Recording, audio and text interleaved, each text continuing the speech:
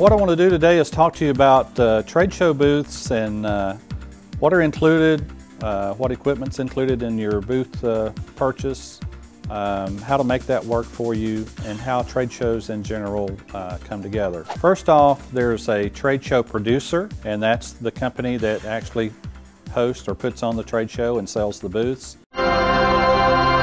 And then there's the trade show decorator, which is what I do. Trade show decorators basically set up your show. We set up the pipe and drape, the tables, the chairs, the linens. The facility usually is responsible for power, electricity obviously, water, drainage, and shipping of materials in and out of the convention hall.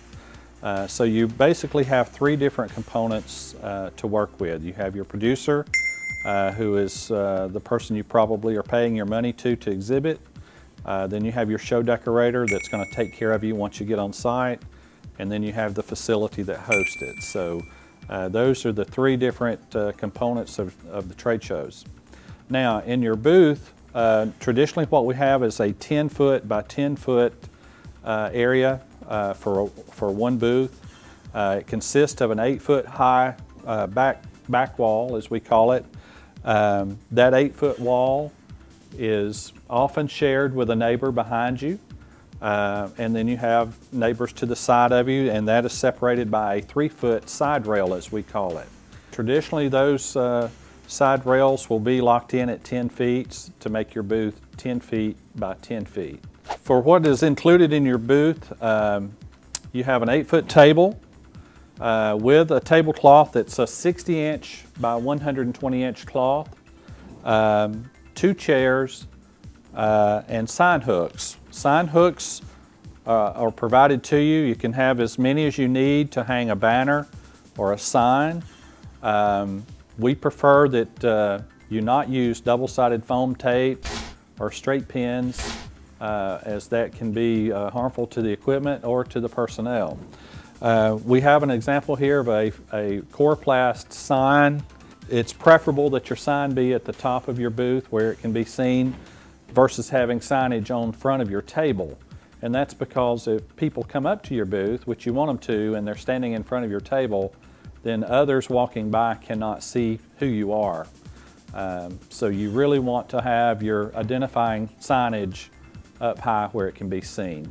Making your exhibitor experience a positive one. You want to dress for success, and that's kind of determined by the type show that you're exhibiting in, but you want to take a good look at your appearance and make sure that you're dressed for doing business. Audio-visual. I really don't recommend going too far with that. You only have a certain amount of time, very limited seconds, to capture any interest in your booth, and I just don't see people spending 5 minutes watching a video, you know, in an exhibit type situation. That of course would vary based on the type show that you're exhibiting in, but in a traditional show you really don't have that much time to watch a video. Capturing marketing information is important. And you can do that by giving away a gift certificate or your product or something that's going to require that attendee to provide you with a name and some contact information. And actually when you exhibit, you really want to use that experience to set up the sales pitch for later on, and not necessarily spend all your time with the one individual while many others walk by because you're tied up with one person. So you might consider using a giveaway as a way to capture the information to make a sales call later.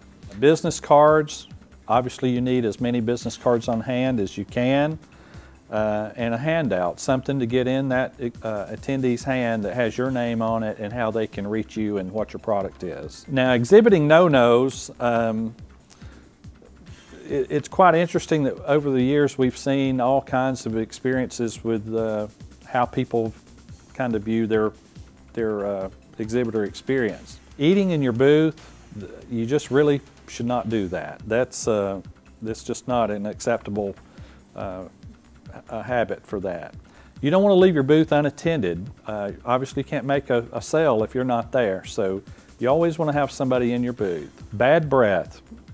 You know, a mint of some sort, or you know, breath freshener, not chewing gum if you can get by without that, but any of those things would certainly help if you know, you have that handy.